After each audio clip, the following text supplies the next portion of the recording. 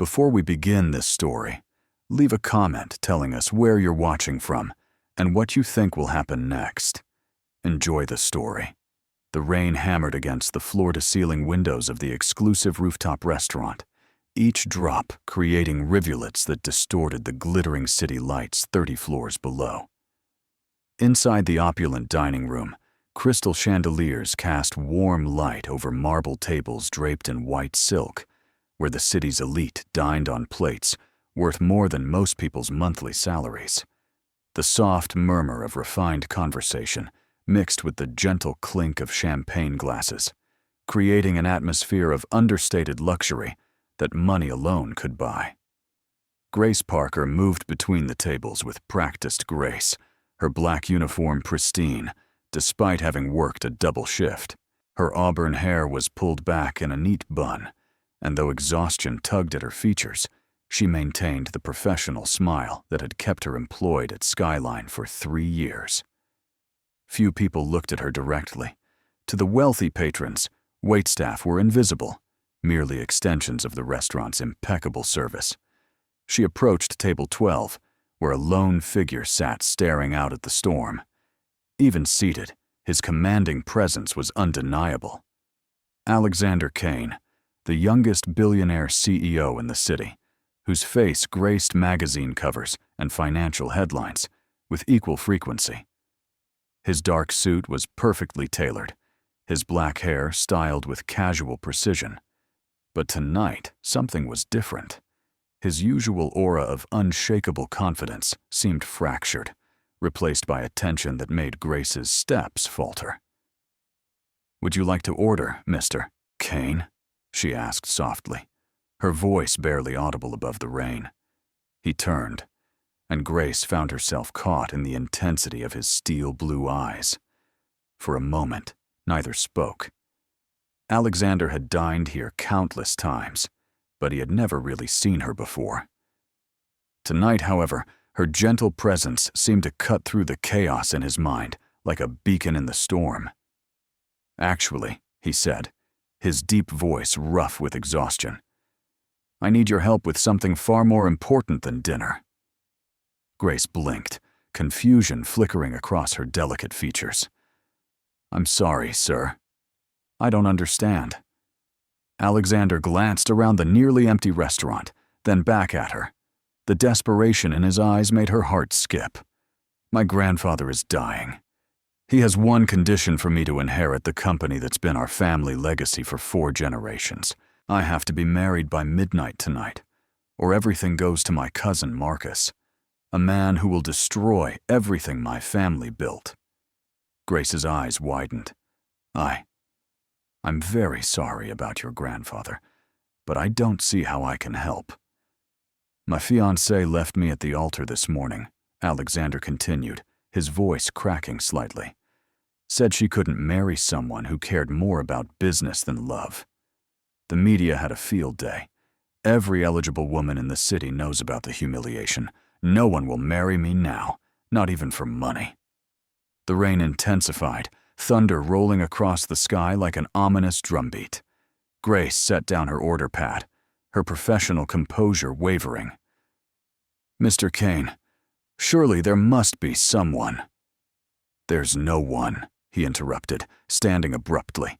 His tall frame towered over her, but his eyes held vulnerability rather than intimidation.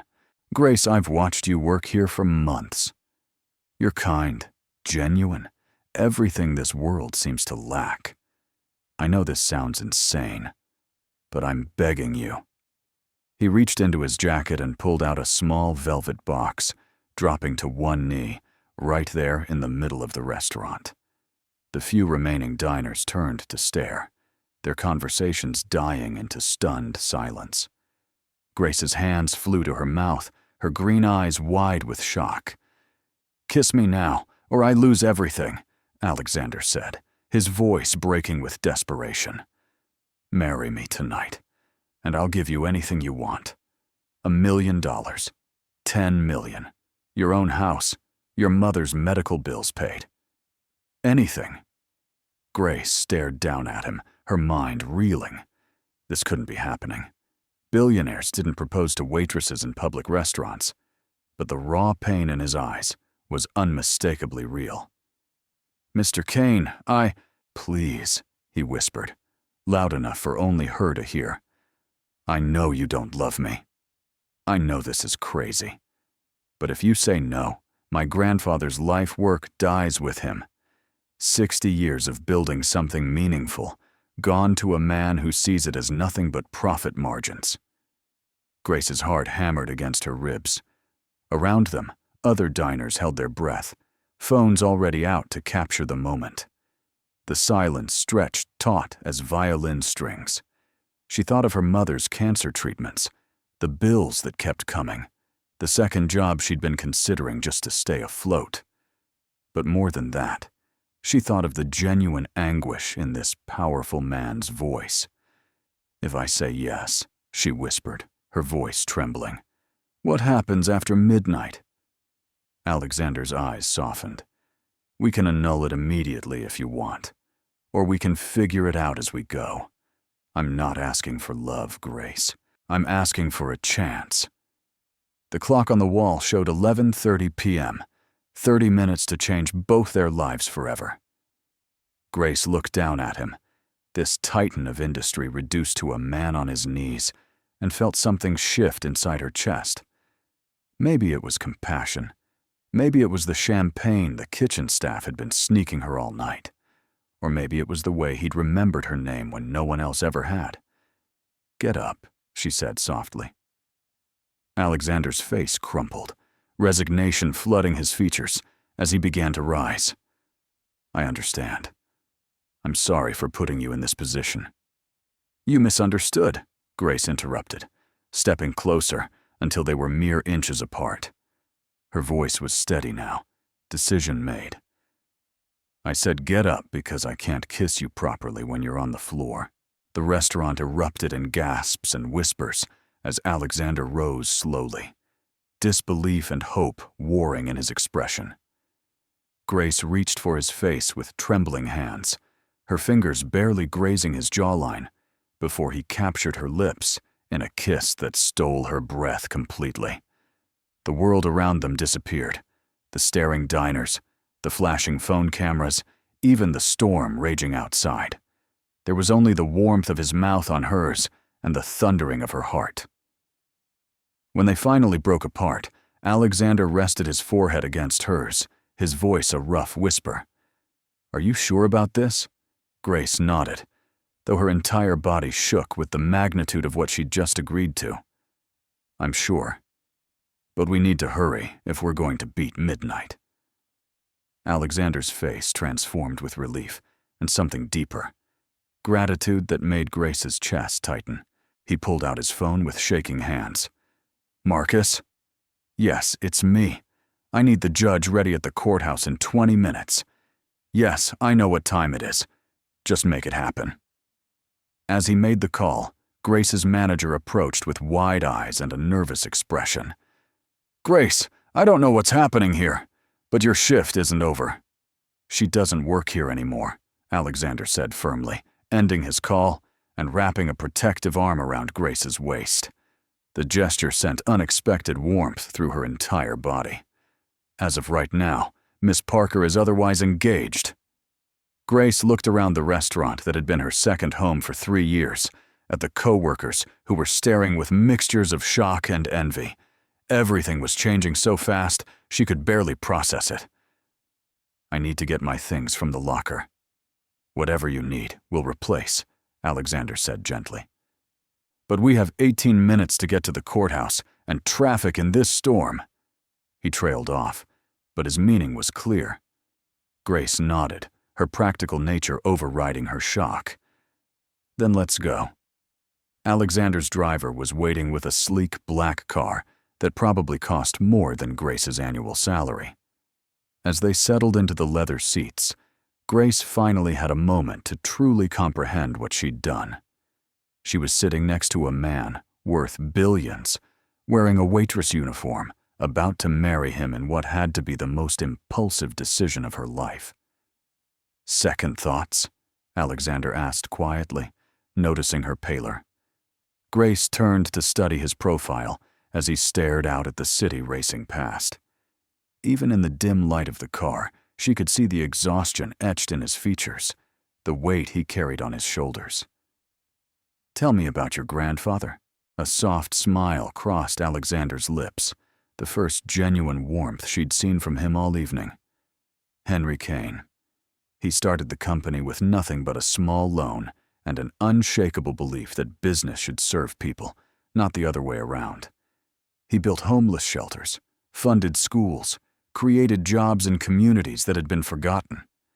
When I was growing up, he used to say that wealth without purpose was just hoarding." "And your cousin Marcus?" Alexander's expression hardened. "Marcus sees the company as an ATM. He's already made it clear he plans to sell off the charitable divisions, lay off thousands of workers, and focus solely on profit maximization. Everything my grandfather spent his life building would be gutted within a year." Grace felt a pang of understanding. "That's why this matters so much to you." "It's not just about the money," Alexander said, his voice thick with emotion. "It's about honoring his legacy. He raised me after my parents died, taught me that real power comes from lifting others up, not standing on their backs." The courthouse came into view, its imposing columns barely visible through the rain. Grace's palms were sweating now, the reality of the situation hitting her full force. "Alexander, I need you to know something. I'm not doing this for the money." He turned to her, surprise flickering in his eyes. "Then why?" Grace took a deep breath, searching for words to explain something she barely understood herself. "Because in 3 years of serving your table, you never once treated me like I was invisible. You said please and thank you.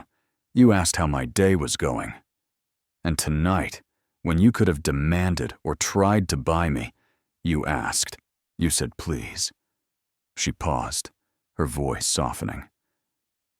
"Maybe that seems small to you, but kindness is rare in your world." Alexander stared at her for a long moment, something shifting in his expression. "Grace Parker," he said quietly, "I think I'm beginning to understand why my grandfather would have approved of you." The car stopped, and Grace could see Judge Harrison waiting under an umbrella by the courthouse steps, looking thoroughly disgruntled about being roused at nearly midnight. This was it. In just a few minutes, she would either be married to a man she barely knew, or watching him lose everything that mattered to him. "One more question," Grace said, as Alexander reached for the door handle. "After midnight, after you've saved the company, what happens to us?" Alexander paused, his hand frozen on the door. When he looked at her, his eyes held a vulnerability that made her breath catch. "I don't know," he admitted, "but I'd like to find out if you're willing." Grace nodded, her decision already made. "Then let's go get married, Mr. Kane." They ran through the rain hand in hand, their laughter mixing with the thunder as they raced toward a future neither of them could have imagined just hours ago. Behind them, the city glittered through the storm, unaware that 2 lives were about to change forever in the space of a few whispered vows.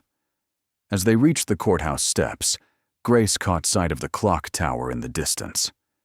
11:47 p.m. 13 minutes to save an empire and possibly discover something neither of them had been looking for. Something that felt suspiciously like the beginning of love.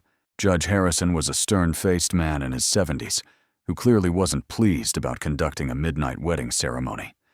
But the substantial donation Alexander had promised to the courthouse renovation fund had secured his cooperation. The judge's chambers were dimly lit, smelling of old leather and coffee, with law books lining every wall and rain pattering steadily against the single window. "This is highly irregular," Judge Harrison muttered, shuffling through papers, while occasionally glancing at Grace's waitress uniform and Alexander's rain-dampened suit. "I hope you both understand the seriousness of marriage vows, regardless of the circumstances that brought you here. Grace felt heat rise in her cheeks. Standing in this formal setting, the gravity of what they were doing hit her like a physical blow.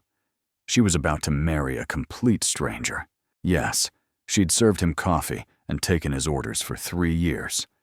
But she knew nothing real about him beyond his preference for black coffee and medium-rare steaks. "Do you have rings?" the judge asked, adjusting his glasses. Alexander reached into his pocket and pulled out the velvet box from the restaurant. Inside was a stunning diamond ring that caught the lamplight and threw rainbows across the chamber walls. Grace gasped. She hadn't gotten a proper look at it during the chaos at the restaurant. "It was my grandmother's," Alexander said quietly, his voice gentle as he took her trembling hand. "She would have liked you." The ring slid onto Grace's finger perfectly, as if it had been meant for her all along. The weight of it felt surreal, a tangible reminder that this wasn't a dream or an elaborate joke. She was actually doing this. "And for the groom," Judge Harrison prompted. Grace's heart sank. Of course, they'd need 2 rings, and she had nothing to offer. Her own jewelry consisted of a simple watch and small stud earrings her mother had given her for graduation. "I don't have—" "Actually," Alexander interrupted, reaching into his other pocket. He pulled out a simple gold band that looked well-worn and meaningful. "This was my grandfather's. He gave it to me when I turned 18, said I should save it for when I found someone worth building a life with." Grace stared at him in amazement. "Are you sure? This seems too important." "It's perfect," Alexander said firmly, and the sincerity in his voice made her hands shake as she slipped the ring onto his finger. Judge Harrison cleared his throat. "Very well.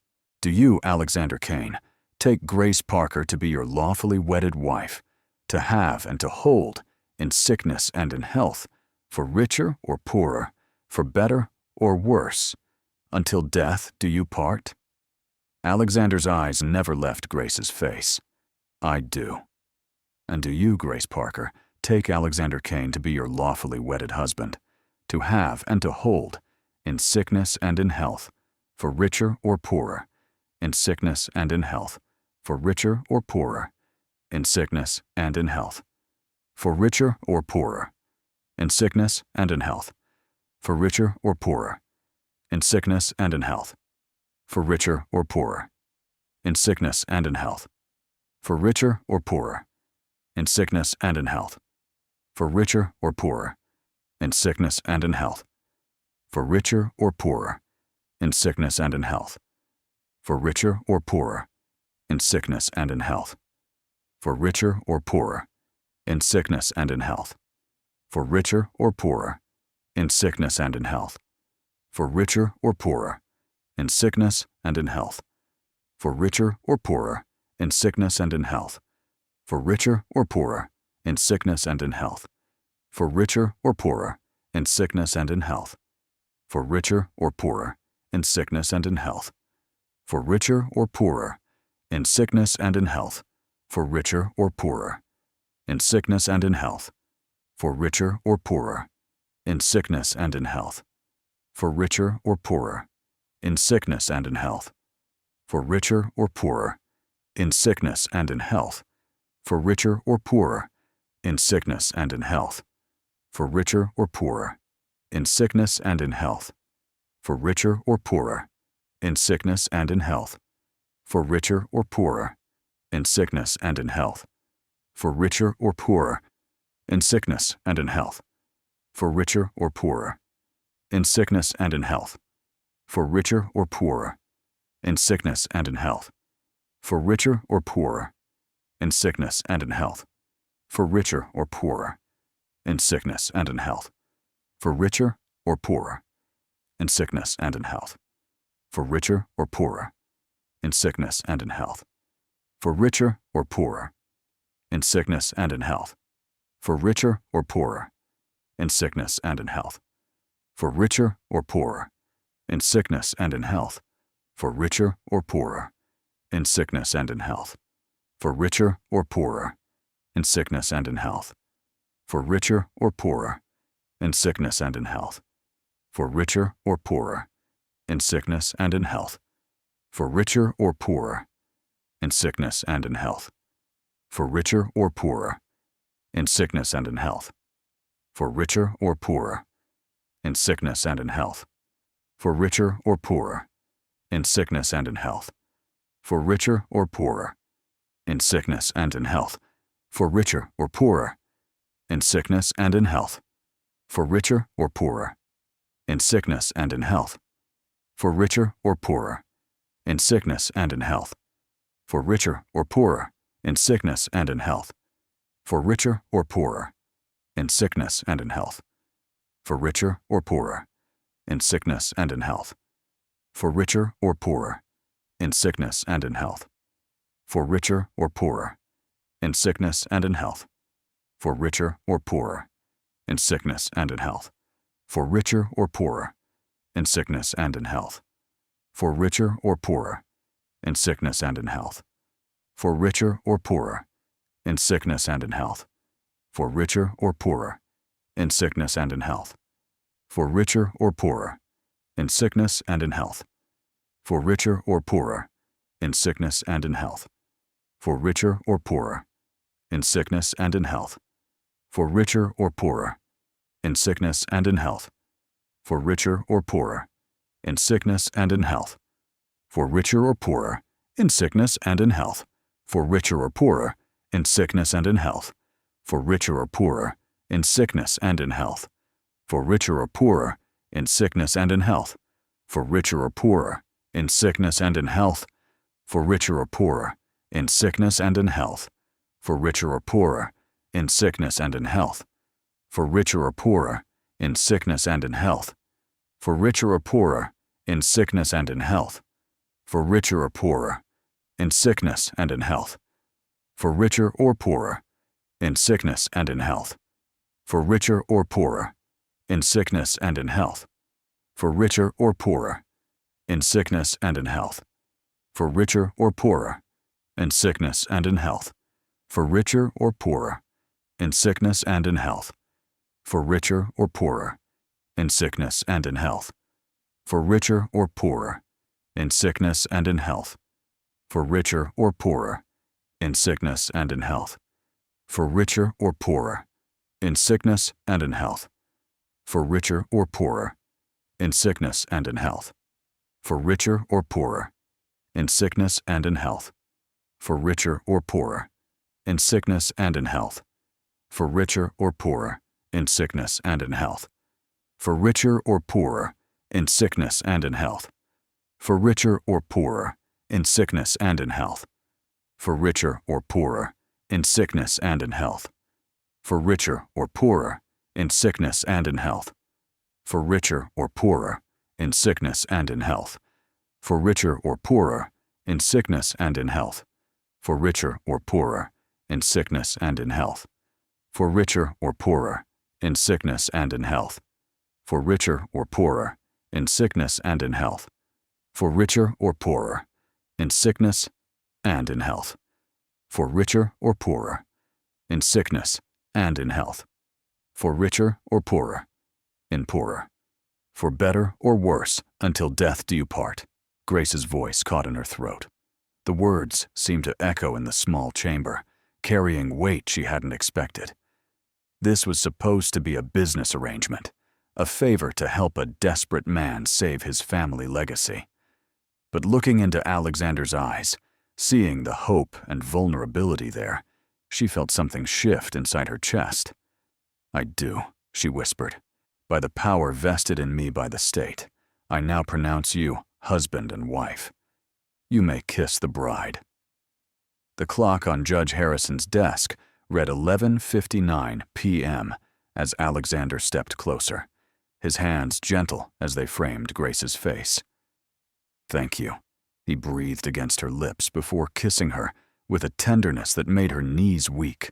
The clock chimed midnight just as they broke apart, and Grace saw Alexander's shoulders sag with relief. They'd done it.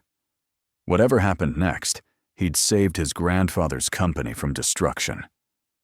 "Congratulations," Judge Harrison said dryly, though his expression had softened slightly. "Mrs. Kane, Mr. Kane, may your marriage bring you both happiness, regardless of how it began." Mrs. Kane, Grace Parker, was now Grace Kane, wife of a billionaire, wearing a diamond ring worth more than her family's house.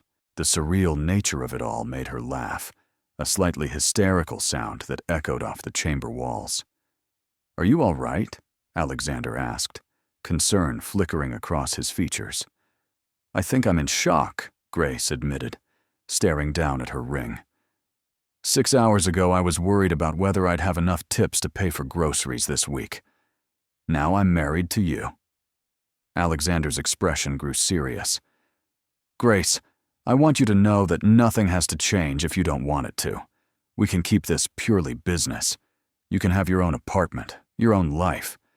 "Alexander," Grace interrupted, placing her hand on his arm. The gesture felt natural despite everything. "Can we figure this out as we go?" Like you said in the restaurant? Relief flooded his features. Yes, absolutely yes. Judge Harrison handed them the marriage certificate, officially sealed and signed. "I suggest you both get some rest. Tomorrow will bring its own challenges." As they left the courthouse, the storm was beginning to clear, revealing patches of starlit sky between the clouds. Alexander's driver was waiting patiently, and Grace realized she had no idea where they were going next. "Your place or mine?" Alexander asked, with a wry smile that made Grace's heart skip. "I live in a studio apartment above a Chinese restaurant," Grace said, suddenly self-conscious. "I'm guessing your place is slightly more spacious." "Slightly," Alexander agreed, his eyes twinkling. "But Grace, if you'd prefer your own space tonight, I completely understand. We can take this as slowly as you need." Grace considered this. Everything logical told her to go home, to process what had happened in familiar surroundings. But something deeper, more instinctive, made her shake her head. "I'd like to see where you live." "If that's okay." "More than okay," Alexander said softly. The drive to Alexander's penthouse took them through the heart of the financial district, where glass towers stretched toward the clearing sky like modern cathedrals. Grace pressed her nose to the window, watching the city she'd lived in her entire life transform into something foreign and glittering. "Nervous?" Alexander asked, noticing her silence. "Terrified," Grace admitted. "But also curious. I've never seen how the other half lives." "The other half lives in isolation," Alexander said quietly, his voice carrying an unexpected sadness. "Beautiful, expensive isolation." Alexander's penthouse occupied the entire top floor of one of the city's most exclusive buildings, with a private elevator that required a special key to access. As the doors opened directly into his living space, Grace stepped into a world that seemed pulled from a luxury magazine. Floor-to-ceiling windows wrapped around 3 sides of the apartment, offering a breathtaking panoramic view of the city below. The furniture was sleek and modern, all clean lines and expensive fabrics, but Grace noticed immediately how impersonal it felt. "Wow," she breathed, walking slowly toward the windows. The city sparkled beneath them like a carpet of stars, still glistening from the rain. "It's beautiful." "But empty," Alexander said, loosening his tie as he watched her explore. "I've lived here for 5 years, and I've never felt like it was home." Grace turned to study him, this powerful man who suddenly seemed lost in his own space. What would make it feel like home? Alexander was quiet for a long moment, his eyes distant.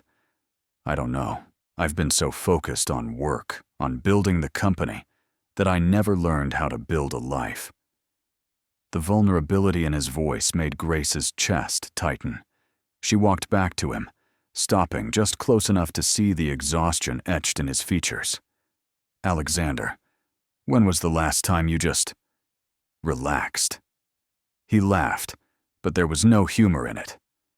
I don't remember. Even tonight, even knowing the company is safe now, I can feel my mind already racing ahead to tomorrow's problems. Grace made a decision that surprised even her.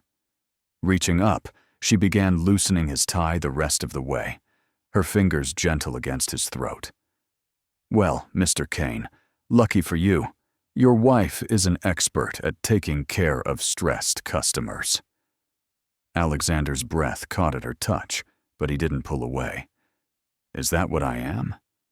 A stressed customer? I don't know, Grace said honestly, her hands moving to the buttons of his suit jacket. What do you want to be? The question hung between them, heavy with possibility. Alexander's hands came up to cover hers, stilling her movements. Grace, you don't have to. I know I don't have to, she said softly. But you looked like you could use some kindness tonight. Let me help. Alexander's eyes searched her face, looking for something Grace wasn't sure she understood. Whatever he found, there made his shoulders finally relax. Okay. Grace helped him out of his jacket and led him to the massive couch that faced the windows. Sit, she commanded gently. And to her surprise, this man who probably gave orders all day followed hers without question. I'm going to make you some tea, Grace announced, heading toward what she assumed was the kitchen. And you're going to tell me 3 things about Alexander Kane that have nothing to do with business. The kitchen was a chef's dream, all granite countertops and professional-grade appliances that looked like they'd barely been used. Grace found tea bags in a cabinet and put the kettle on, marveling at how surreal it felt to be making tea in a billionaire's kitchen while wearing a wedding ring she still couldn't quite believe was real. 3 things, Alexander called from the living room, amusement finally creeping into his voice. That's harder than you might think. Then start with 1, Grace called back, searching through cabinets until she found mugs.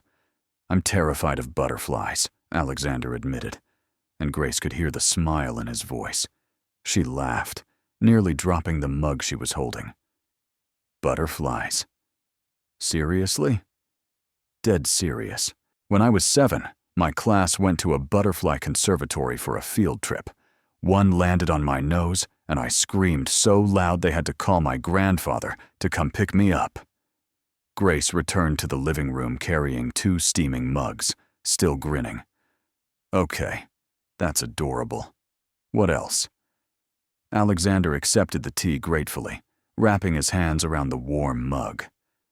I wanted to be a teacher when I was young. Elementary school. I used to set up my stuffed animals and give them lessons about dinosaurs and space. What changed? Grace asked, settling beside him on the couch, close enough that their knees almost touched. Reality, Alexander said simply. My parents died when I was 12. Grandfather needed me to understand the business, to be ready to take over someday. Teaching became impractical. Grace felt a pang of sadness for the boy who'd had to grow up too fast. And the 3rd thing? Alexander was quiet for so long that Grace thought he might not answer. When he finally spoke, his voice was barely above a whisper. I've never brought anyone here before. You're the first person other than staff to see this place. Grace's heart did something complicated in her chest. Why? Because it never felt worth sharing, Alexander said, meeting her eyes. But tonight, seeing it through your eyes, it feels different. They sat in comfortable silence for a while, sipping tea and watching the city slowly quiet below them. Grace found herself studying Alexander's profile, noting the way the tension had finally left his shoulders, how much younger he looked when he wasn't carrying the weight of the world. Can I ask you something? Alexander said eventually. Of course. Why did you really say yes tonight? And don't say it was for the money. I could tell that wasn't the real reason. Grace considered her answer carefully. Do you remember, about 6 months ago, there was a night when the restaurant was almost empty because of that terrible snowstorm? Alexander nodded slowly. You were the only customer who stayed. You could have left, gone somewhere warmer and more convenient, but you didn't. And when I mentioned that I was worried about getting home safely, you had your driver wait to make sure I made it to my apartment okay. You probably don't even remember it. I remember, Alexander said quietly. That's when I realized you weren't like the other customers. You saw people, not just service. Tonight, when you asked for my help instead of demanding it, when you said please, Grace trailed off, searching for the right words. I guess I recognized the person I'd been hoping was real all along. Alexander set down his mug and turned to face her fully. Grace, I need you to know something. This marriage, it started as a business necessity, but sitting here with you now? He paused, running a hand through his hair. I can't remember the last time I felt this calm. This happy. Grace's breath caught. Alexander, I'm not asking for anything, he said quickly. I just wanted you to know that whatever this becomes, tonight has been the best night I've had in years. Grace looked into his eyes, seeing sincerity and hope, and something that made her pulse quicken. Making another impulsive decision that would have shocked her 12 hours ago, she leaned forward and kissed him softly. This kiss was different from the ones at the restaurant and courthouse. Those had been desperate, necessary. This one was a choice, gentle and sweet, and full of possibility. When they broke apart, Alexander rested his forehead against hers. I have a guest room, he said quietly, or you can stay here with me. Whatever feels right to you. Grace smiled, feeling more certain than she had all night. I'd like to stay with you, if that's okay. More than okay, Alexander whispered, echoing his words from earlier. Grace woke slowly, consciousness drifting back like morning mist lifting from a lake. For a moment, she couldn't place where she was. The bed was impossibly soft, the sheets silkier than anything she'd ever felt, and sunlight was streaming through windows that were far too large for her tiny apartment. Then memory crashed back like a tidal wave, and she bolted upright with a gasp. The wedding. The kiss. Alexander Kane. She was in Alexander's bed, wearing one of his soft cotton t-shirts that fell to her knees, while he had slept on top of the covers fully clothed, ever the gentleman. He was still asleep beside her, his dark hair tousled, and his face peaceful, in a way she'd never seen during his visits to the restaurant. In sleep, he looked younger, the weight of responsibility temporarily lifted from his shoulders. Grace's hand went automatically to her left ring finger, where her grandmother's diamond caught the morning light and sent tiny rainbows dancing across the white walls. It was real. All of it was real. Moving carefully so as not to wake Alexander, Grace slipped out of bed and padded barefoot to the floor-to-ceiling windows.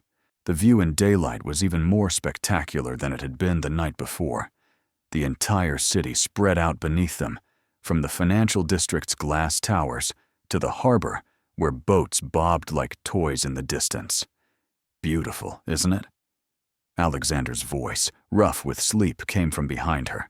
Grace turned to find him sitting up in bed, watching her with an expression she couldn't quite read. It's incredible.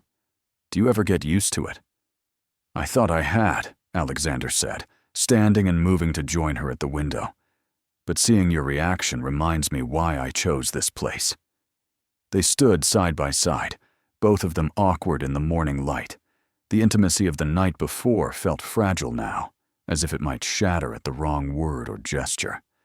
I should probably call in sick to work, Grace said, then laughed at the absurdity of it. Though I suppose I don't exactly have a job to call in sick to anymore. Alexander's expression grew serious.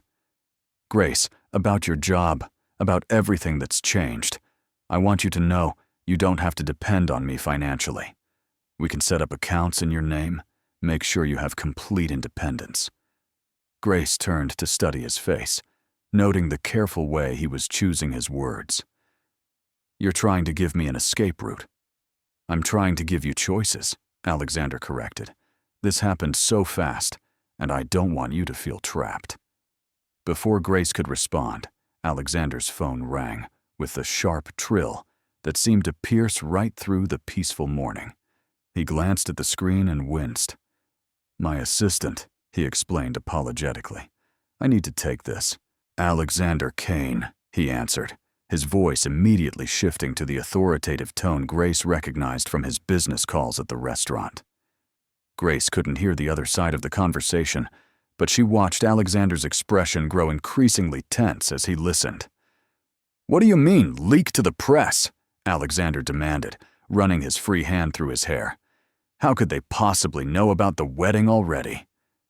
Grace's stomach dropped. Of course. In her nervousness about the ceremony itself, she'd forgotten about the other diners at the restaurant, the ones who'd had their phones out during Alexander's proposal. No, absolutely not, Alexander was saying. Cancel all my morning meetings and get legal on the phone. I want to know our options for… He paused, listening. Then his face went pale. They have photos? Grace sank into a nearby chair, reality crashing down around her. She'd been so caught up in the romance of it all that she'd forgotten this was Alexander Kane, one of the most closely watched men in the city. Their midnight wedding wouldn't just be gossip. It would be front-page news. I understand, Alexander said finally. Give me an hour to figure out how we want to handle this. Then we'll call a press conference. He ended the call and turned to Grace with an expression of profound regret. I'm so sorry. I should have thought about this. Should have prepared you. How bad is it? Grace asked, though she wasn't sure she wanted to know. Alexander showed her his phone, pulling up a news website. The headline made her breath catch. Billionaire's midnight marriage. Kane weds mystery waitress, hours before inheritance deadline. Below the headline was a photo that made Grace's cheeks burn. It was from the restaurant, capturing the exact moment Alexander had dropped to one knee, with Grace's shocked face clearly visible above him. Her waitress uniform was unmistakable, and the photographer had managed to catch her expression of complete bewilderment. Oh God, Grace whispered, reading the article's opening lines. They make it sound like some kind of business transaction. Because that's what it was, Alexander said quietly, sitting down across from her. At least, that's what it started as. But Grace, if you want to walk away right now, I'll make sure you're protected. New identity, relocation, whatever you need. Grace looked up from the phone, studying his face. Is that what you want? For me to walk away? What I want, Alexander said carefully, is for you to be happy. If this circus is going to make your life miserable. What if I don't want to walk away? Grace interrupted, surprising herself with the firmness in her voice. Alexander's eyes widened. You want to stay? Even knowing what this means? Grace stood up, moving to the window again as she tried to process her feelings. Alexander, in less than 12 hours, you've shown me more kindness and respect than most people have in years.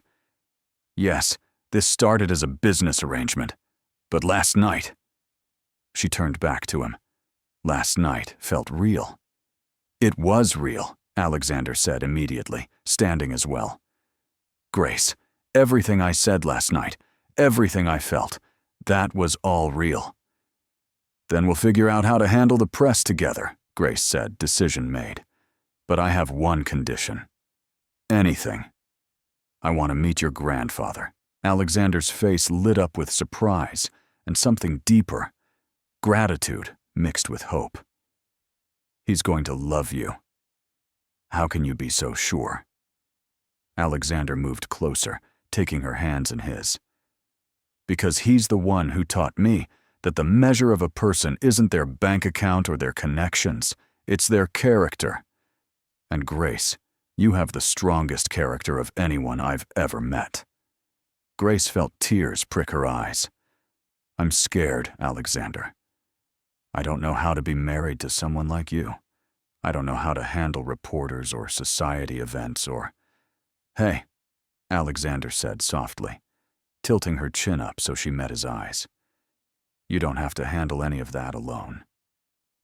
We're a team now, remember?" "A team," Grace repeated, testing the words. They felt good. Solid. "I like that." Alexander's phone rang again, and he glanced at it with annoyance. "That's probably legal calling back. I need to deal with this, but Grace—" "Go," Grace said, managing a smile. "Handle your business empire. I'll be here." "You'll be here," Alexander repeated, as if he couldn't quite believe it. "I'll be here," Grace confirmed. As Alexander moved away to take the call, Grace returned to the window, watching the city wake up below. Somewhere down there, people were reading about her, judging her, making assumptions about who she was and why she'd married Alexander Kane. The thought terrified her, but it also sparked something unexpected: determination. Let them judge. She knew why she'd said yes, and more importantly, she was beginning to understand why she wanted to stay yes. 2 hours later, Grace found herself in the back of Alexander's limousine, heading toward Kane Industries' corporate headquarters for what his publicist had called damage control. She'd traded Alexander's t-shirt for one of his dress shirts and a pair of slacks that had to be rolled up at the ankles, since they hadn't had time to stop at her apartment for her own clothes. "You don't have to do this," Alexander said for the third time, his hand warm and reassuring over hers. "I can handle the press conference alone." "We're a team, remember?" Grace replied, though her stomach was churning with nerves. "Besides, hiding from them will only make things worse." The limousine pulled up to a gleaming glass tower that seemed to stretch endlessly toward the sky. Grace had seen the Kane Industries building before, of course, but she'd never imagined she'd be walking through its front doors as the CEO's wife. As they stepped out of the car, camera flashes exploded around them like lightning.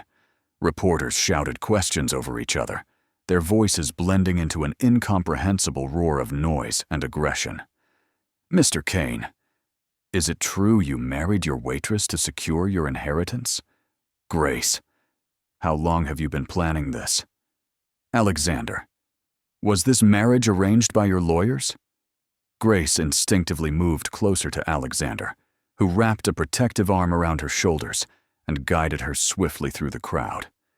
She kept her eyes fixed straight ahead, trying to ignore the invasive camera lenses, and shouted questions that felt more like accusations. The building's lobby was a sanctuary of marble and steel, with soaring ceilings and abstract sculptures that probably cost more than Grace's annual salary. Security guards ensured the reporters stayed outside, while Alexander led Grace to a private elevator. "That was awful," Grace breathed as the elevator doors closed, finally allowing her to slump against the wall. "It gets easier," Alexander said, though his jaw was tight with tension. "I'm sorry you had to experience that."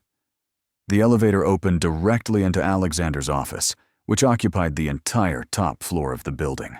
If Grace had thought his penthouse was impressive, this was overwhelming. The space was vast and elegant, with windows offering a commanding view of the entire city. Awards and photographs lined the walls, chronicling the Kane family's business legacy. Alexander! A woman in her 50s, with perfectly styled gray hair and a crisp business suit, hurried toward them, clutching a tablet and looking frazzled. "Thank God you're here. The phones haven't stopped ringing, and the board is in emergency session, and—" She stopped short when she noticed Grace, her eyes widening. "Margaret, this is my wife, Grace," Alexander said calmly. "Grace, meet Margaret Walsh, my assistant, and the person who actually runs this company." Margaret's mouth opened and closed several times before she managed to speak. "Your wife?" "Right. Of course." She shook her head as if clearing it, then extended her hand to Grace with a professional smile. "It's lovely to meet you, Mrs. Kane." "Mrs. Kane." Grace still wasn't used to hearing that name applied to her. "Please, call me Grace. And thank you for arranging everything so quickly. The press conference is set for 1 o'clock, Margaret said, consulting her tablet. Legal has prepared a statement, and PR wants to coach you both on potential questions. Also, your grandfather has been calling every 10 minutes since the news broke." Alexander's expression softened. "How is he?" "Delighted, from what I can tell," Margaret said with a genuine smile. "He wants to meet Grace as soon as possible." "We're planning to visit him after the press conference," Alexander said, glancing at Grace for confirmation. She nodded, nervous but eager to meet the man who had shaped Alexander into the person he'd become. The next few hours passed in a blur of preparation. Grace was introduced to a parade of lawyers, publicists, and executives, all of whom seemed to regard her with a mixture of curiosity and barely concealed concern. She understood their skepticism. From their perspective, she was a complete unknown who had somehow managed to marry their CEO overnight. The media coach, a sharp-eyed woman named Victoria, was particularly intense.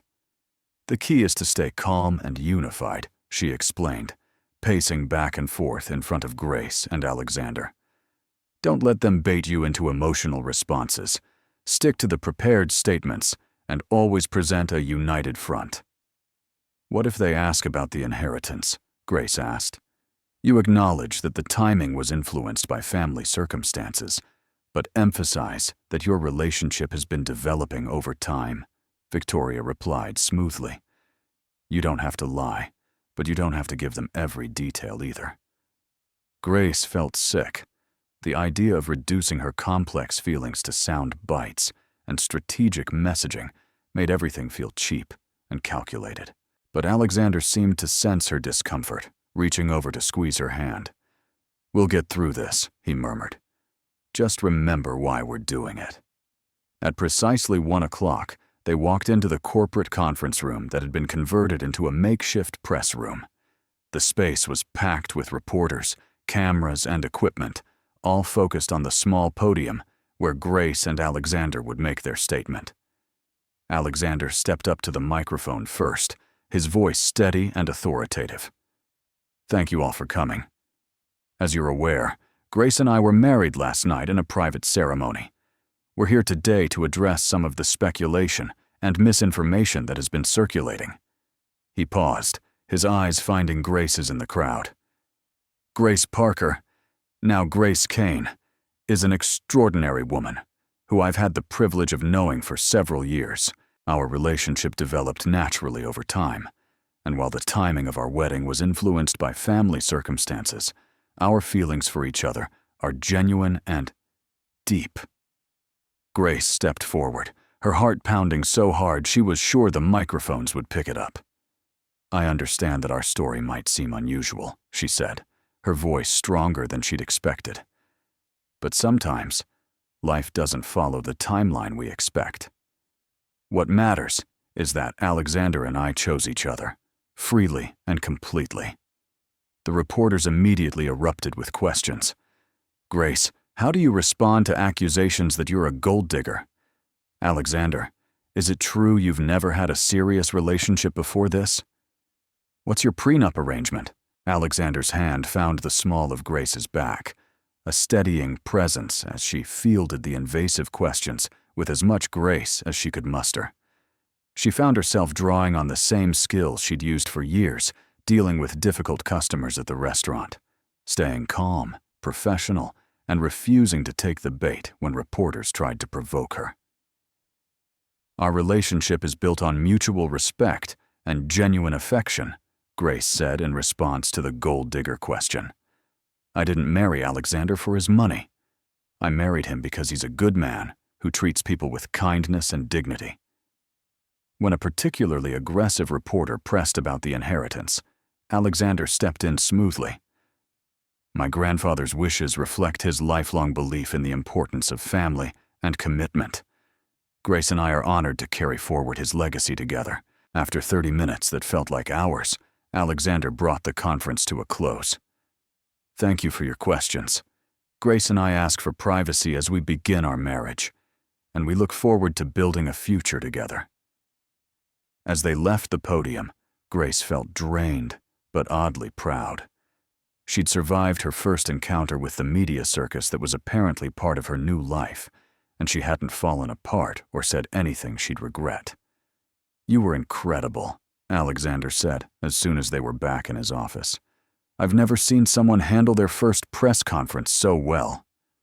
"I felt like I was going to throw up the entire time," Grace admitted. "You didn't show it," Alexander said with admiration. "Grace, I know this is overwhelming, but you handled yourself like you were born for this." Margaret appeared in the doorway, beaming. "Your grandfather just called. He says to bring Grace by immediately. He can't wait another minute to meet the woman who's captured his grandson's heart." Grace felt a flutter of nerves mixed with anticipation. After everything that had happened in the last 24 hours, meeting Henry Kane felt like the most important test of all. The Kane family estate sat on 50 acres of perfectly manicured grounds just outside the city, its Georgian colonial architecture speaking of old money and established power. As their car wound up the tree-lined drive, Grace pressed her nose to the window, taking in gardens that looked like they belonged in a museum and fountains that sparkled in the afternoon sunlight. "It's beautiful," she breathed, then glanced at Alexander nervously. "Is this where you grew up?" "After my parents died, yes," Alexander confirmed, his voice soft with memory. "Grandfather turned the East Wing into a private apartment when I moved in. He said a 12-year-old boy needed space to be loud and messy without disturbing the staff." Grace could picture it, a grieving child rattling around in this magnificent house, being raised by a grandfather who clearly loved him enough to sacrifice his own comfort for a boy's needs. The image made her heart ache with tenderness for both of them. The car stopped in front of a grand entrance, where a woman in her 60s waited with a warm smile. She had silver hair pulled back in a neat bun and kind eyes that reminded Grace immediately of Alexander's. "That's Mrs. Henderson," Alexander explained as they got out. "She's been taking care of this place and our family for 30 years. "Master Alexander," Mrs. Henderson said, pulling him into a motherly hug despite his protests about being too old for such treatment. "And you must be Grace. My dear, he's been beside himself with excitement since the news broke." Grace found herself enveloped in a hug that smelled like vanilla and cinnamon, immediately making her feel welcomed and at ease. "It's wonderful to meet you, Mrs. Henderson. Call me Helen, dear. Anyone who can make this stubborn man smile the way he has been today is family to me." They were led through hallways, lined with family portraits and antique furniture that spoke of generations of Kane history. Grace tried not to gawk, but everything was so beautiful and formal that she felt like she was touring a historical monument rather than visiting a home. "Don't let the fancy surroundings intimidate you," Helen whispered conspiratorially as they approached a set of double doors. "Henry Kane is the most down-to-earth man you'll ever meet. Just remember that." Alexander knocked softly before pushing open the doors to reveal a spacious library with floor-to-ceiling bookshelves and comfortable leather chairs arranged around a fireplace. Afternoon sunlight streamed through tall windows, illuminating thousands of volumes and creating a warm, scholarly atmosphere. "Grandfather," Alexander called softly. "About time," came a voice from behind one of the tall stacks. A moment later, Henry Kane appeared, and Grace was struck immediately by how much Alexander resembled him. Henry was in his 80s, but moved with surprising vigor, his silver hair neatly combed and his blue eyes bright with intelligence and warmth. "So, you're the young woman who's turned my grandson's world upside down," Henry said, approaching Grace with a smile that completely transformed his face. Despite the formal setting and his obvious wealth, there was something immediately approachable about him. I think he might have done that to mine as well, Grace replied, finding herself smiling back despite her nerves. Henry laughed, a rich sound that filled the library. I like her already, Alexander. She's got spirit. Grandfather, I'd like you to meet my wife, Grace, Alexander said formally. But Grace could hear the pride in his voice. Wife, Henry repeated, shaking his head in amazement. When I set that condition in my will, I honestly thought you'd never meet the deadline. You've always been too focused on work to pay attention to matters of the heart. Grace felt heat rise in her cheeks. Mr. Kane, I hope you don't think, the timing might seem. My dear girl, Henry interrupted gently. May I call you Grace? Of course. Grace, I've been watching my grandson for 35 years. I've seen him with business partners, with the women his various matchmaking friends have tried to set him up with, even with that dreadful Victoria woman who left him at the altar yesterday morning. Henry's eyes twinkled. I have never, in all those years, seen him look at anyone the way he looked at you during that press conference. Grace glanced at Alexander, who was studying his shoes with obvious embarrassment. You watched the press conference? Watched it? I had Helen record it so I could watch it 3 times, Henry said with obvious delight. The way you handled those vultures was magnificent, and more importantly, the way you two looked at each other. He trailed off, shaking his head. That's not something you can fake, no matter what the cynics might say. Henry gestured for them to sit in the comfortable chairs arranged around the fireplace. Grace found herself between the 2 Kane men, noting how similar their mannerisms were despite the 50-year age gap. Tell me about yourself, Grace, Henry said, settling back in his chair. And please, don't give me the polite social answer.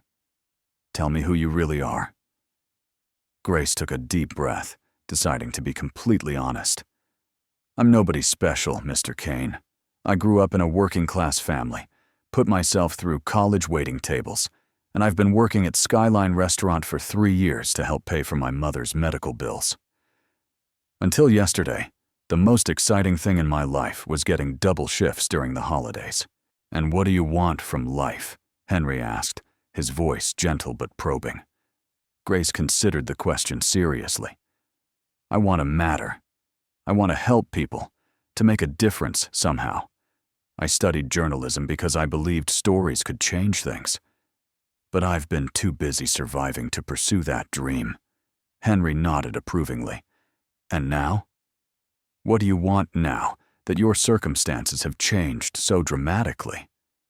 Grace glanced at Alexander, who was watching her with an expression of intense interest. I want to figure out how to be worthy of the chance I've been given. Your grandson saved my life last night, in more ways than one. I want to find a way to deserve that gift. My dear, Henry said softly, you saved his life too. Alexander has been drifting for years, brilliant at business, but lost when it comes to living. In one night, you've given him something I've been trying to give him for decades, a reason to build a life instead of just managing one. Alexander cleared his throat, clearly uncomfortable with being discussed, like he wasn't in the room. Grandfather, hush, Henry said firmly. I'm not finished. He turned back to Grace. I want you to know that regardless of how this marriage began, you have my complete support. More than that, you have my blessing and my hope that you'll both have the courage to let this become something real and lasting. Grace felt tears prick her eyes. Thank you. That means more to me than you know. Henry reached over and patted her hand with surprising gentleness. Now, I believe Helen mentioned something about tea and cake, and I want to hear all about how this stubborn grandson of mine finally worked up the courage to propose, even if it did take a family emergency to motivate him. As Helen appeared with an elaborate tea service, and Henry began regaling them with embarrassing stories from Alexander's childhood, Grace found herself relaxing completely for the first time since waking up that morning. This wasn't the intimidating patriarch she'd expected, but a kind, intelligent man who clearly loved his grandson deeply and was willing to extend that love to her. When Alexander excused himself to take an urgent business call, Henry leaned closer to Grace with a conspiratorial expression. "I have something I want to show you," he said, rising from his chair and moving to an antique desk in the corner of the room. He returned with a small, leather-bound photo album. "Alexander's grandmother," Henry explained, opening to the first page. The photograph showed a woman with kind eyes and a gentle smile, wearing a simple dress and standing in what looked like the estate's garden.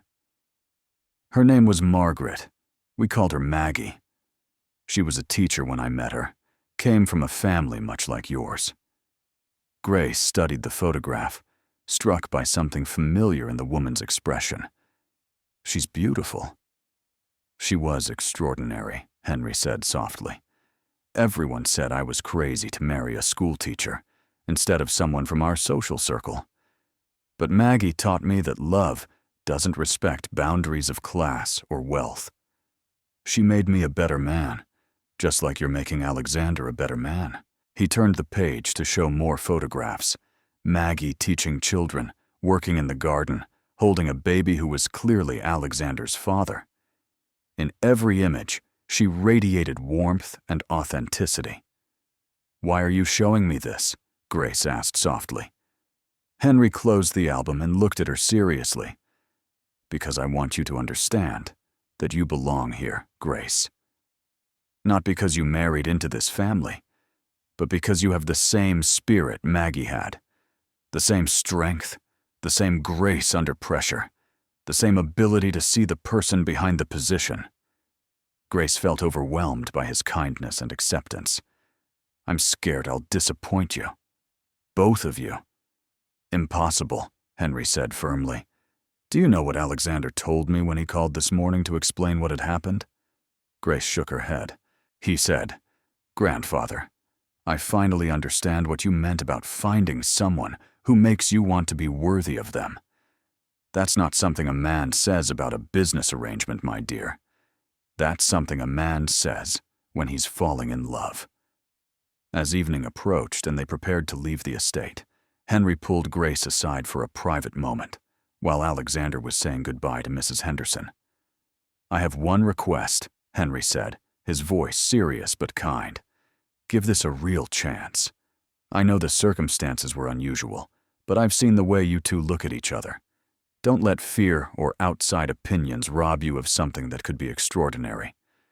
Grace nodded, emotion thick in her throat. "I want to. It's just everything is happening so fast." "The best things usually do," Henry replied with a gentle smile. "Love doesn't follow convenient timelines, my dear. It simply arrives when it's ready, whether we are or not."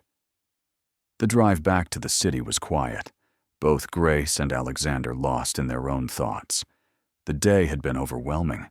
The media attention, the press conference, meeting Henry, and Grace felt like she needed time to process everything that was changing in her life. "Penny for your thoughts?" Alexander asked finally, as they navigated the evening traffic. "I love your grandfather," Grace said immediately. "He's nothing like what I expected." Alexander smiled, some of the tension leaving his shoulders. "He has that effect on people." "What did you expect?" "Someone cold and intimidating, I suppose. Someone who would see me as an intruder or a gold digger." Grace paused. "Instead, he made me feel like I belonged there." "You do belong there," Alexander said quietly. "Grace, I need you to know that everything my grandfather said was true. This might have started as a business arrangement, but what I'm feeling now—" He trailed off, running a hand through his hair in frustration. "What are you feeling?" Grace asked softly. Alexander was quiet for so long that Grace thought he might not answer. When he finally spoke, his voice was barely audible over the sound of the traffic. "Like I've been sleepwalking through my life and you woke me up." Grace's heart did something complicated in her chest. Alexander. I know it's too soon to say things like that, he continued quickly. I know we barely know each other, and I know this situation is insane. But Grace, I can't pretend that what I felt today when you stood beside me at that press conference was just gratitude. Grace stared out the window, watching the city lights blur past as she tried to understand her own feelings. What happens now? I don't know, Alexander admitted. I've never been in a situation like this before. I've never had to figure out how to build a marriage while the whole world is watching. They were pulling up to Alexander's building now, the doorman already moving to open Grace's door. The thought of going back to that beautiful, impersonal penthouse made something twist in Grace's stomach. Can we go somewhere else? She asked impulsively. Alexander looked surprised. Where? I don't know. Somewhere normal. Somewhere we can just be ourselves without worrying about cameras or expectations or what anyone else thinks. Alexander studied her face for a moment, then leaned forward to give the driver new instructions. I know just the place. 20 minutes later, they were standing outside a small, family-owned Italian restaurant in a neighborhood Grace had never visited before. The place looked like it had been there for decades, with checkered tablecloths visible through the windows and the warm glow of simple lighting. How did you know about this place? Grace asked, as Alexander held the door open for her. I used to come here when I was in college, Alexander explained, when I needed to escape from being Henry Kane's grandson for a few hours. The owner, Mrs. Marcelli, has no idea who I am, and I've never corrected her. They were seated at a small table in the back corner, where the lighting was soft and the atmosphere intimate without being overwhelming. Grace found herself relaxing for the first time all day. The simple normalcy of ordering pasta and sharing a bottle of wine, making everything feel manageable again. Thank you, Grace said as they waited for their food. I needed this. Me too, Alexander admitted. I forgot how exhausting it can be to have every moment of your life analyzed and judged. Is that why you never had serious relationships before? Grace asked, then immediately worried she was being too personal. Sorry, you don't have to answer that. No, it's okay, Alexander said, taking a sip of wine. Partly, yes, but mostly because I never met anyone who made me want to deal with the complications. Until now.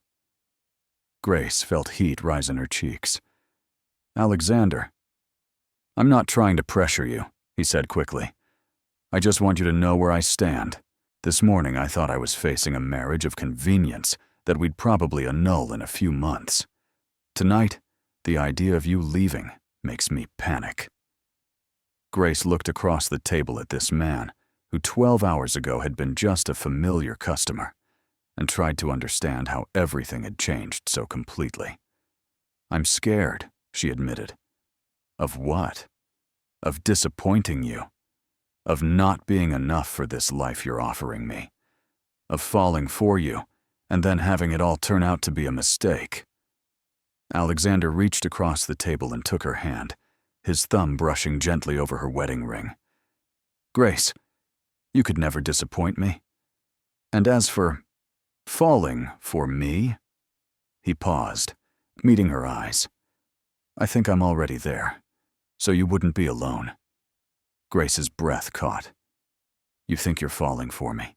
I think I fell the moment you said yes in that restaurant, Alexander said softly. Everything since then has just been me trying to catch up to what my heart already knew. Grace stared at him, seeing sincerity and vulnerability in his expression that took her breath away. This is crazy. Completely insane, Alexander agreed with a small smile. But Grace, sometimes the best things in life are a little crazy. Their food arrived, interrupting the moment, but not the feeling between them. As they shared pasta and talked about everything and nothing, Grace found herself studying Alexander's face when he wasn't looking, noting the way his eyes crinkled when he laughed, the gentle way he insisted she try his dish, the unconscious protectiveness in the way he positioned himself between her and the other diners. "Can I ask you something?" Grace said as they lingered over dessert. "Anything. When you were watching me at the restaurant all those months, what did you see?" Alexander considered the question seriously. Someone who cared about doing her job well, even when customers were rude or dismissive. Someone who remembered regulars' orders and asked about their families. Someone who worked double shifts without complaining and still managed to smile genuinely. He paused. Someone real, in a world full of people pretending to be something they're not. Grace felt tears prick her eyes. "I never thought you noticed things like that." "I noticed everything about you," Alexander said quietly. "I just never thought I had the right to act on it. And now you're my wife," Alexander said, his voice soft but certain, "and I'm hoping you'll give me the chance to deserve that title." As they walked back to the car hand in hand, Grace realized that for the first time since this whole adventure began, she wasn't thinking about escape routes or exit strategies.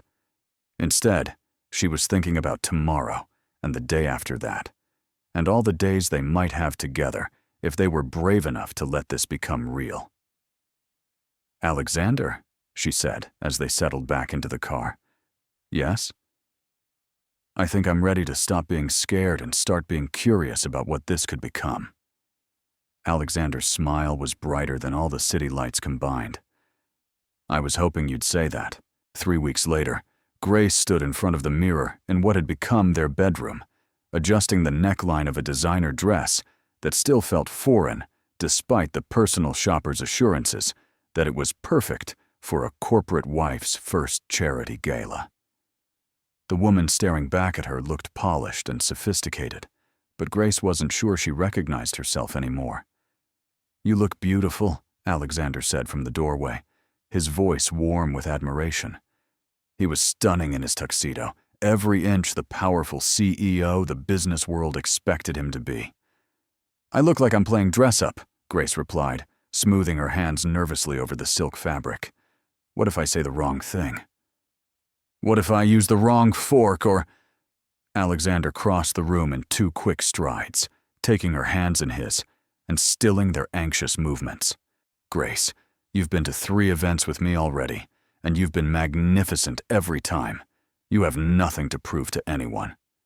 Grace leaned into his touch, drawing strength from his presence. The past 3 weeks had been a whirlwind of adjustment, moving her few belongings into his penthouse, learning to navigate the constant media attention, and slowly beginning to understand what it meant to be married to one of the city's most powerful men. But through it all, Alexander had been patient, supportive, and increasingly affectionate in ways that made her heart race. "I just want to make you proud," Grace said softly. "You do," Alexander replied immediately, tilting her chin up so she met his eyes. "Every single day, you make me proud. The way you handled that investor dinner last week, how you charmed the mayor's wife at the museum opening, the questions you asked at the board meeting when I thought you were just observing. Grace, you're not just surviving in this world, you're thriving." Grace felt a flutter of warmth at his words. It was true that she'd been finding her footing more quickly than she'd expected. Her years of reading people and managing difficult situations as a waitress had translated surprisingly well to corporate social events, and her genuine interest in Alexander's business had led to insights that even surprised him.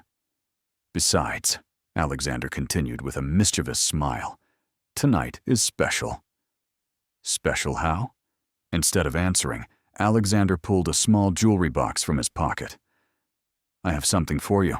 Grace's eyes widened as he opened the box to reveal a stunning necklace, a delicate chain of white gold with a pendant that caught the light and threw tiny rainbows across the walls. "Alexander, it's beautiful, but you don't need to keep buying me things." "This isn't just a gift," Alexander interrupted, moving behind her to fasten the clasp. His fingers were gentle against her neck, sending shivers down her spine. Look closer at the pendant. Grace lifted the pendant to examine it more closely and gasped. It was a tiny star, but not just any star. It was engraved with coordinates. The exact location where we first met, Alexander explained, his voice soft against her ear. Table 12 at Skyline Restaurant. I had the jeweler created specifically for tonight. Grace turned in his arms, tears pricking her eyes. Why tonight? Alexander's hand settled at her waist, his expression serious but tender. Because tonight I want everyone to know that this isn't just a marriage of convenience anymore. I want them to see that I'm completely, hopelessly in love with my wife. Grace's breath caught. They'd been dancing around those words for weeks, growing closer every day but never quite crossing that final line. Alexander, I love you, Grace, he said, his voice steady and certain. I love your kindness, your strength, the way you make me laugh, the way you challenge me to be better. I love how you remember the names of every staff member in this building and how you cry during commercials with puppies. I love that you're brave enough to argue with me when you think I'm wrong, and generous enough to support me when I'm right. Grace felt tears spill over as the words she'd been afraid to acknowledge even to herself finally broke free. I love you too, she whispered. I think I started falling that first night when you trusted me enough to tell me about your grandfather, and I've been falling ever since. Alexander's smile was radiant as he leaned down to kiss her, soft and sweet and full of promise. When they broke apart, Grace rested her forehead against his, overwhelmed by the magnitude of what they'd just confessed. So, Alexander said with a grin, ready to face the sharks? Grace laughed, feeling lighter than she had in weeks. With you, I'm ready for anything. The charity gala was being held at the Grand Metropolitan Hotel, and as their car pulled up to the red carpet entrance, Grace could see the usual crowd of photographers and reporters waiting. But for the first time since this whole adventure began, she wasn't dreading the attention. Remember, Alexander murmured as their door was opened. We're not performing anymore. We're just being ourselves. They stepped out of the car together, and Grace was struck by how natural it felt to take Alexander's offered arm, to smile at the cameras, not because she was supposed to, but because she was genuinely happy. The questions from reporters seemed less invasive now, more curious than malicious. Grace, how are you adjusting to married life? Are you planning to pursue your journalism career? Alexander, any plans for children? Grace handled the questions with growing confidence, her answers genuine rather than scripted. When a reporter asked about her future plans, she surprised herself with her response. I'm actually working with the Kane Foundation to develop a scholarship program for students from working-class families who want to pursue journalism, Grace said, glancing at Alexander with love and pride. We believe everyone deserves the chance to tell their story. Alexander squeezed her hand, his expression full of admiration. It was true. Over the past week, Grace had thrown herself into foundation work, bringing a passion and perspective that had reinvigorated the entire organization. Inside the ballroom, the evening proceeded like a dream. Grace found herself genuinely enjoying conversations with people she'd once found intimidating, her natural warmth and curiosity winning over even the most skeptical society matrons. When Alexander was pulled away for business discussions, she held her own with grace and intelligence that made him beam with pride from across the room. You're different tonight, observed Victoria Sterling, the woman who had left Alexander at the altar and who had cornered Grace by the champagne table with obvious hostile intent. Different how? Grace asked calmly, refusing to be baited. Happy, Victoria said, her voice sharp with something that might have been regret. You look at him like he hung the moon. Grace considered her response carefully. I look at him like I love him, because I do.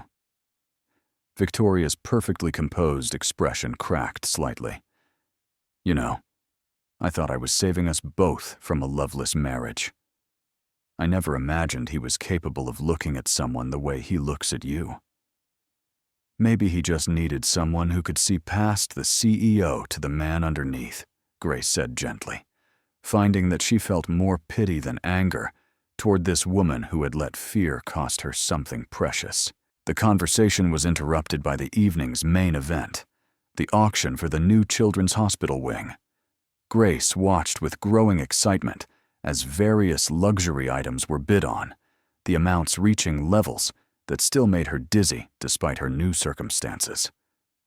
Then Alexander took the stage as the evening's final speaker, and Grace felt her heart swell with pride as he addressed the crowd with passion and eloquence about the importance of healthcare for all children, regardless of their families' financial situations.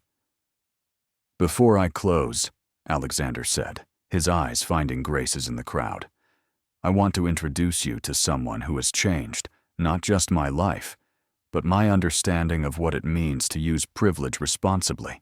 My wife, Grace Kane, has shown me that real strength comes not from power or wealth, but from compassion and the courage to stand up for those who can't stand up for themselves." The applause was thunderous as Alexander gestured for Grace to join him on stage. She walked toward him on unsteady legs, overwhelmed by the love and pride in his voice. "Grace has agreed to chair our new scholarship initiative," Alexander continued, wrapping an arm around her waist. "And tonight, we're pleased to announce that the Kane Foundation will be donating $5 million to establish permanent funding for this program." Grace turned to stare at Alexander in shock. This was the first she'd heard of such a massive donation. But his smile was warm and encouraging, and she realized he was giving her the resources to pursue the dream she'd shared with him weeks ago. As they left the stage together, Grace felt like she was floating. This wasn't the life she'd planned, but it was becoming something better than she'd ever imagined possible. $5 million, she whispered as they made their way back to their table. "It's just money, Grace," Alexander replied softly. "What you're going to do with it, that's what matters." 6 months later, Grace woke to sunlight streaming through the windows of their bedroom and the sound of Alexander humming in the shower.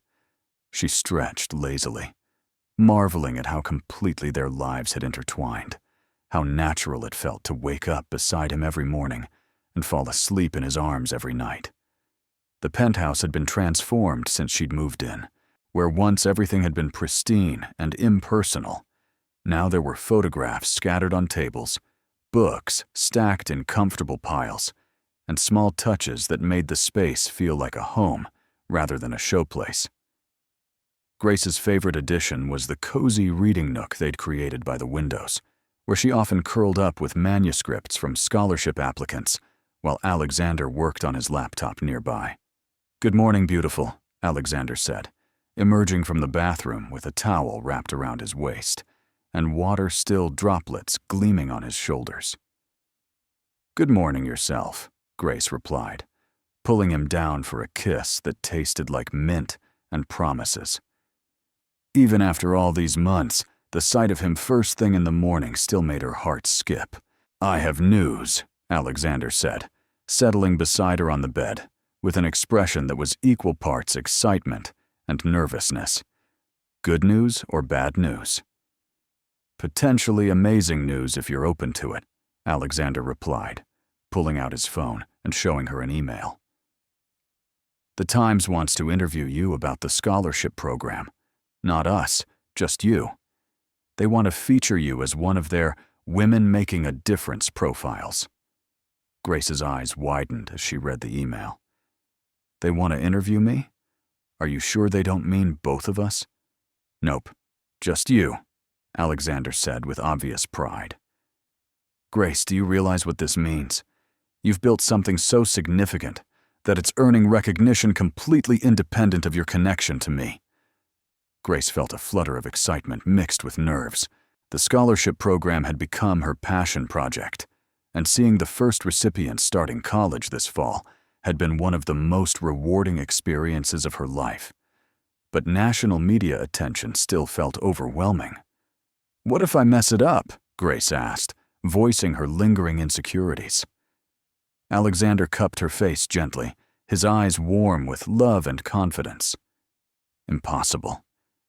Grace, you've testified before the State Education Committee, presented to the Foundation Board, and convinced 3 other major donors to create similar programs.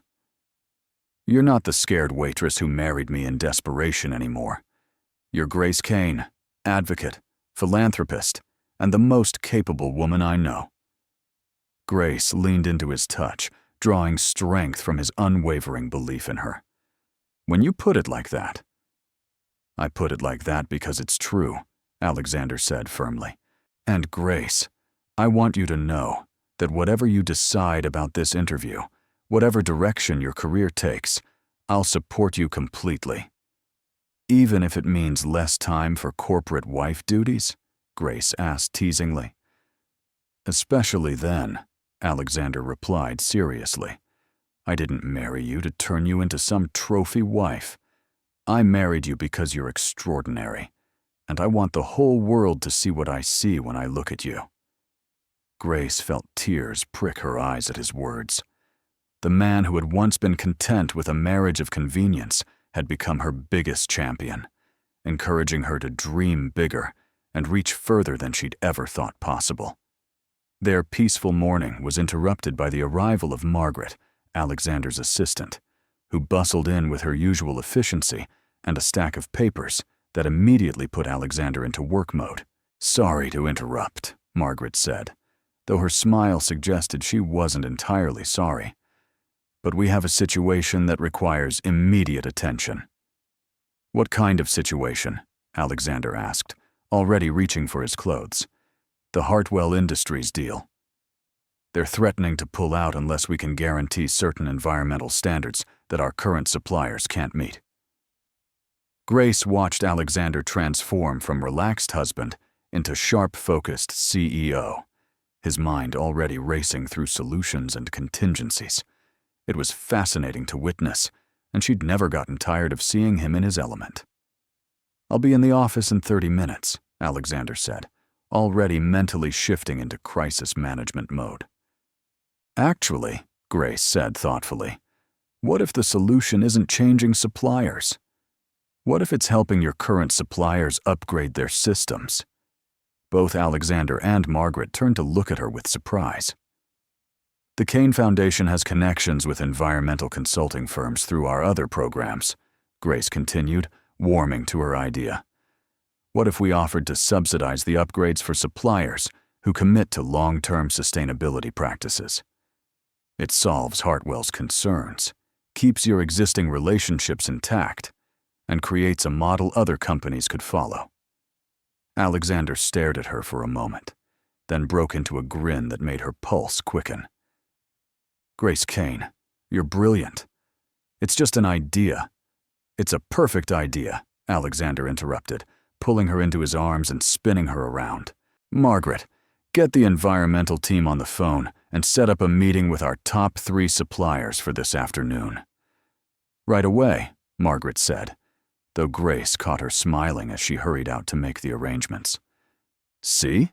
Alexander said, setting Grace down but keeping his arms around her. "This is what I mean. You don't just support what I do, you make it better." Grace felt a warm glow of satisfaction at solving a complex business problem. But more than that, she felt the deep contentment that came from being truly seen and valued by the person she loved most. "Go save your deal," Grace said, straightening his tie with wifely efficiency. "I'll call the Times back about that interview." "You're going to do it?" "I'm going to do it," Grace confirmed, feeling more confident than she had in months. "It's time I stopped thinking of myself as lucky and started acknowledging that maybe I've earned this." Alexander's kiss was soft but intense, full of pride and love and promise. "I love you, Grace Kane." "I love you too, Alexander Kane." As Alexander left for the office and Grace settled at her desk to plan her day, she reflected on how much had changed since that desperate night at the restaurant. She'd thought Alexander was saving her from financial ruin, but the truth was much more complex. They'd saved each other, him from a life of emotional isolation, her from a future of unfulfilled potential. The scholarship applications spread across her desk represented dozens of young people who would get chances they'd never had before, and the Times interview would help expand the program even further. Grace picked up her phone to call the reporter back, ready to tell a story about second chances, unexpected love, and the magic that could happen when two people were brave enough to leap into the unknown together. Outside the windows, the city sprawled beneath them in all its chaotic beauty. Grace thought about all the stories unfolding in those buildings below. People falling in love, chasing dreams, taking chances that might change their lives forever. She and Alexander had started as one impossible story, and somehow they'd managed to write themselves a happy ending. No, Grace corrected herself as she dialed the number. Not an ending, a beginning. 1 year later, Grace stood at the podium of the Grand Metropolitan Hotel's ballroom, the same venue where she'd first felt truly confident as Alexander's wife, addressing a crowd of scholarship recipients, donors, and dignitaries. The annual Kane Foundation Scholarship Gala had become one of the city's most anticipated events, not for its glamour, but for its genuine impact on young lives. When I first stepped into this world, Grace began, her voice clear and confident, I thought success meant surviving without embarrassing myself. Tonight, looking at the 47 incredible students who will be starting college this fall through our program, I understand that real success means using whatever platform you've been given to lift others up.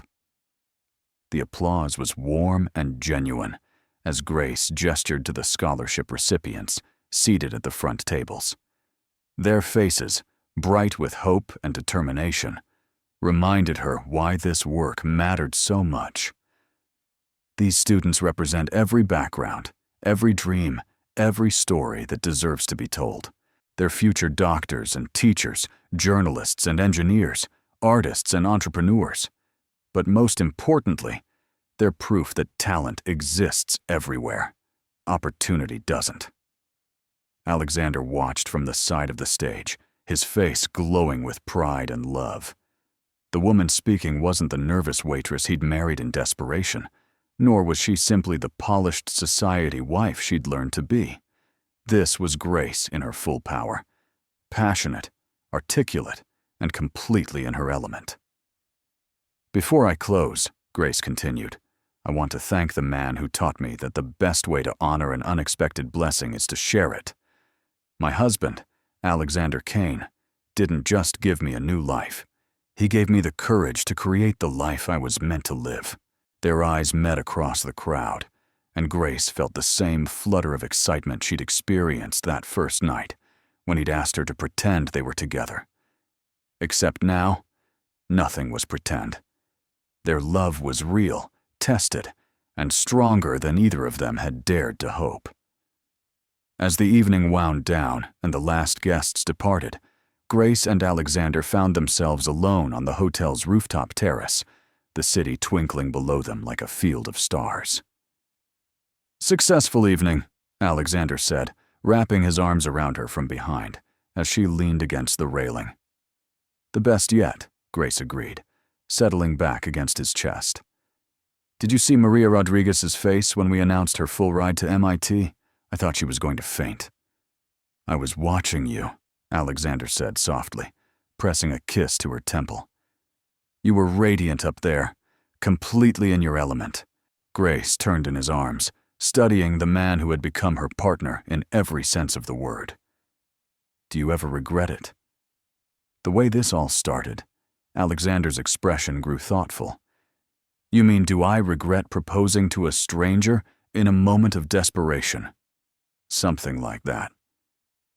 Alexander was quiet for a moment, then shook his head with a smile. Grace, If you asked me to design the perfect way to meet the love of my life, I never would have chosen a midnight emergency wedding to save a business deal. But looking back now, I can't imagine it happening any other way. Why not? Because any other way, I might have been too careful, too controlled, too afraid of looking foolish to take the risk, Alexander explained. Desperation stripped away all my defenses and forced me to be completely honest about what I needed. I needed you, Grace. I just didn't know it until that moment. Grace felt tears prick her eyes, happy tears that seemed to come more frequently these days. I needed you too. I just thought I needed financial security. And instead, I found home, Grace said simply. I found the person I was meant to become. Alexander's smile was soft and wondering, as if he still couldn't quite believe their good fortune. Mrs. Kane, would you do me the honor of dancing with me? Without cameras or audiences, or any agenda other than the fact that I love you. Grace laughed, the sound echoing off the buildings around them. Mr. Kane, I thought you'd never ask. They swayed together under the stars, with only the distant sounds of the city as their music. Grace thought about the scared young woman who had said yes to a stranger's desperate proposal, and the confident woman she'd become through love, support, and the courage to embrace an impossible chance. Grace, Alexander said softly, I have something to tell you.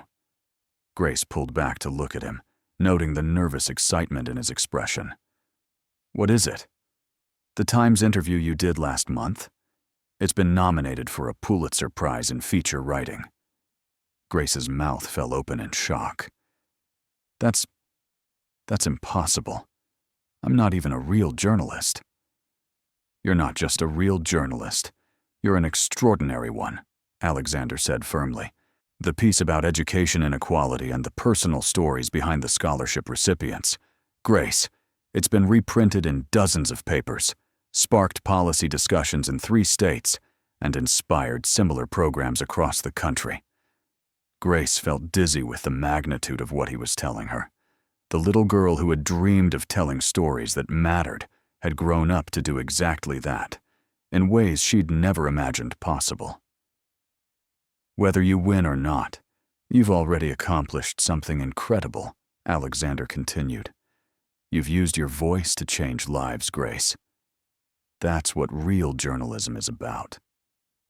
Grace thought about her mother, who had passed away peacefully 6 months earlier, surrounded by love and free from the financial worries that had dominated her life, thanks to the medical care Grace could now provide. Her last words had been about how proud she was of the woman Grace had become. You know what the best part is, Grace said, her voice thick with emotion. What? I'm not done yet. This is just the beginning. Alexander's kiss was soft and sweet and full of promise. Around them, the city hummed with life and possibility, with countless stories yet to be told, and dreams yet to be realized. As they made their way back down to the car that would take them home to their beautiful, love-filled life, Grace marveled at the journey that had brought them here. It had started with 5 desperate words, "Kiss me now, or I lose everything," and had become something neither of them could have imagined. She had kissed him, and instead of him losing everything, they had both found everything they'd never known they needed. What did you think of Grace and Alexander's story? Share your thoughts in the comments below, and on a scale from 0 to 10, what's your rating?